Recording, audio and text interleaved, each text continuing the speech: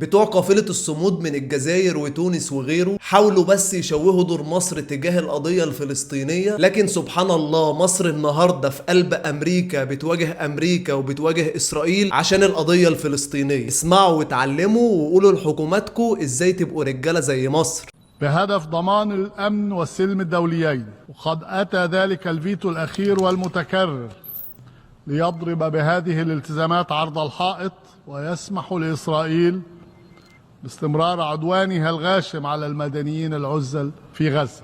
إن تكرار مثل هذا الموقف يؤكد بشكل قاطع صحة ما ذهبت إليه مصر والكثير من الدول الأعضاء بضرورة إصلاح مجلس الأمن بشكل شامل، وفي مقدمة ذلك تصحيح العوار الخاص بمسألة الفيتو مرة واحدة وللأبد. ثانيا، تشدد مصر أن هذا الفيتو الأخير لا يغير من حقيقتين ساطعتين، أولاهما أن إسرائيل ارتكبت وترتكب جرائم حرب وجرائم ضد الإنسانية بصورة ممنهجة في غزة، يقف وراءها اليمين الإسرائيلي المتشدد وكبار قادة إسرائيل، وهو ما يستوجب حتما المحاسبة وإنفاذ العدالة.